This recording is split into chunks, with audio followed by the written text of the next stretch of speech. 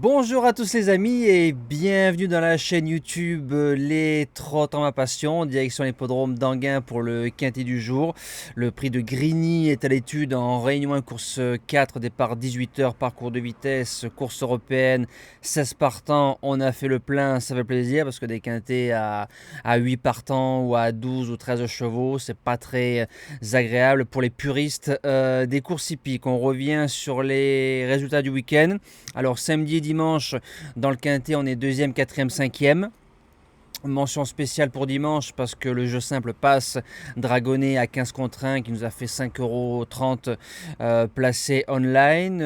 Les parcours sont similaires de samedi et de dimanche sur l'hippodrome d'Anguin. Le pic 5 qui passe samedi à 150 € avec le report et le CDJ et le repéré numéro 2 qui s'imposent tous les deux, donc ça c'est bien.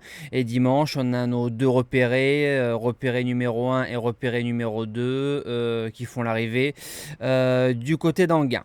Alors présentation donc du quintet, donc ça c'est fait. On passe tout de suite à la sélection. Alors je pense, même s'il n'y a rien qui est sûr aux courses, que les étrangers ont une longueur d'avance sur les Français et l'arrivée sera, je pense, composée à 70 ou 80% des chevaux étrangers. Base gagnante, le numéro 6, Certainly. Déféré des antérieurs, Franck Ouvry. Deux courses en France. La première à Vincennes, parcours de tenue. Logé côté corde, suivait facilement et gêné par la faute de Bombardino qu'on retrouve dans la course de mercredi.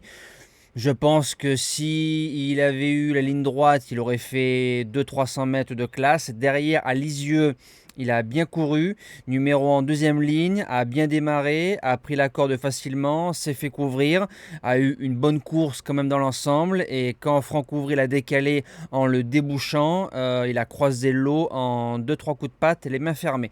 Le lot est meilleur que par rapport à Lisieux, mais la ligne est bonne. Et je me dis qu'avec une bonne course, c'est un cheval qui peut aller avec cela. L'opposition, le numéro 10, Bahia del Circeo. Depuis son arrivée en France, c'est 3 victoires en 6 courses. Elle a marché 11-1 ferrées, parcours de vitesse à Vincennes avec le numéro 15 avec Franck Nivard qu'elle retrouve mercredi.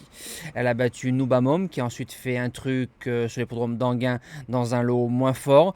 Elle aura le numéro 10 mais aura le dos d'Alexa Brivard qui va sûrement démarrer. Et à la différence d'autres chevaux, Bahia peut faire les 1000 mètres toute seule. Je serais déçu de ne pas la voir dans le tiercé. Premier outsider, le numéro 3, Brillante Ferme, déféré des postérieurs et Matt Abrivard, un tonnerre d'applaudissements à Matt Abrivard qui a fait un coup de 7 gagnant dimanche.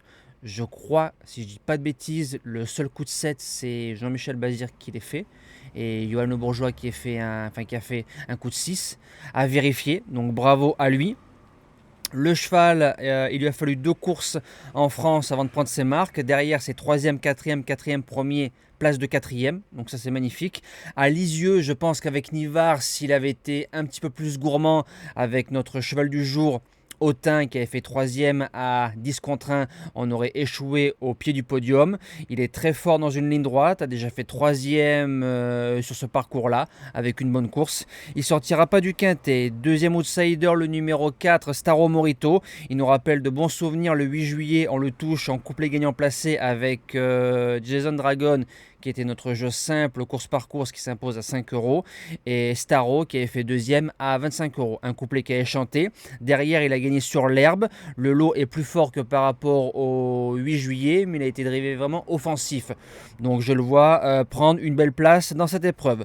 Pour les chances, on commence avec le numéro 12, Noubamom. Elle a un peu des perfs en dents de scie. Elle a déjà réussi avec le driver sur ce parcours-là. Donc ça, c'est un plus. Dans un bon jour, je trouve qu'elle a son mot à dire dans cette course-là. En 6e position, enfin un Français, le numéro 1, Hercule de Léo. Il est dans la forme de sa vie. Va à gauche, va à droite. Parcours de vitesse, parcours de tenue.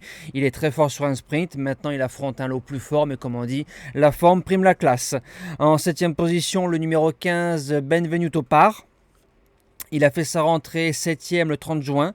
Il faut se rappeler qu'en 2022, il fait 2e de instrumentaliste, qui fait partie quand même des bons des très bons de la génération de Ida Otiar et de Isord Vedake. Il battait Azur d'RP, Angels the Game, Off-Pomvautier, donc des chevaux supérieurs par rapport à mercredi. Donc même en seconde ligne, je me dis qu'il peut finir 4e, 5e de cette épreuve. Et je termine avec le numéro 13, Kimidi Quattro, qui sera très joué.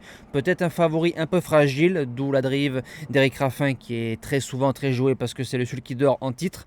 Il a couru 2 fois en France, parcours de tenue à Vincennes, bien couru 2e, dans un lot moins fort, et a ensuite gagné sur l'herbe. Donc en deuxième ligne, il faudra sûrement démarrer ou cracher un petit peu de sauce, mais c'est un cheval qui peut finir 4e, 5e comme le numéro 15 de cette épreuve. Et en cas de non partant, le numéro 7, Feu Vert.